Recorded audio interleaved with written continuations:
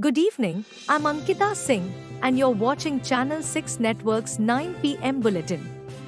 Here's a quick look at today's top stories.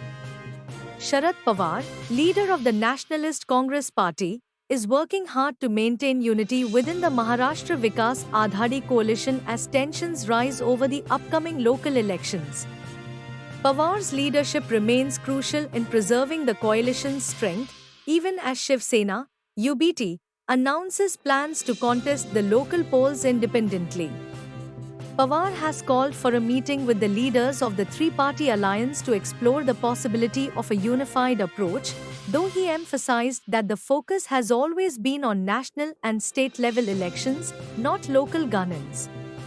In other news, Congress President Mallikarjun Kharge has sarcastically responded to the recent suggestion by Lanti Chairman Subramaniam for a 90-hour workweek. His comments have reignited the debate over work-life balance, with many questioning the ethical implications of such long work hours. Kharge referenced historical leaders like Jawaharlal Nehru and B.R. Ambedkar, who advocated for workers' rights to limit working hours while humorously taking a jab at the CEO's proposal. Meta India has issued a formal apology following comments made by CEO Mark Zuckerberg regarding India's 2024 elections. Zuckerberg had incorrectly stated that most incumbent governments, including India's, lost in 2024 due to public distrust stemming from the COVID-19 pandemic. Meta India's Vice President Shivnath Thukral clarified that the statement was an inadvertent error and expressed the company's commitment to India's future, hoping to rebuild relations after facing political backlash. The BJP has also criticized Congress MP Rahul Gandhi for his recent comment claiming that his party is not just fighting the BJP and RSS but also the Indian state itself.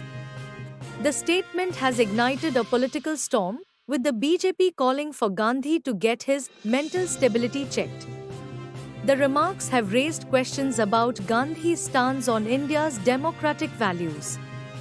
In defense news, Prime Minister Narendra Modi has commissioned 3 advanced naval combatants in Surat, in Nilgiri, and in Swagshir at the naval dockyard in Mumbai. This marks a significant step in strengthening India's naval capabilities, showcasing the country's growing expertise in defense manufacturing and maritime security.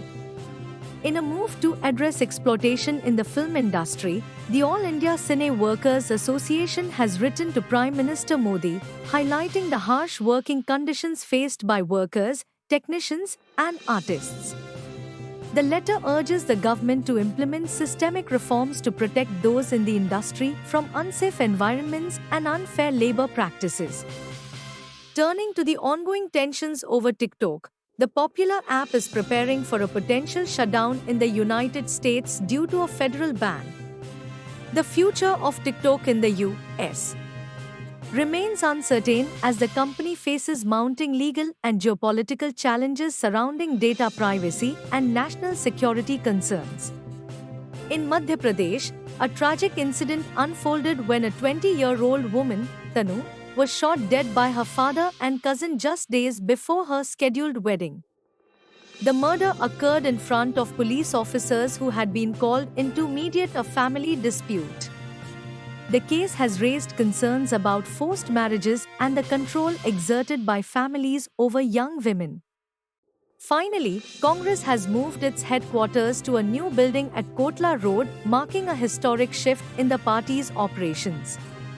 The new headquarters, named Indira Gandhi Bhavan, is seen as a symbolic step in revitalizing the party as it aims to regain its political strength after being out of power at the national level since 2014. That's all for tonight's bulletin. Thank you for tuning into Channel 6 Network. We'll be back tomorrow with more updates. Good night.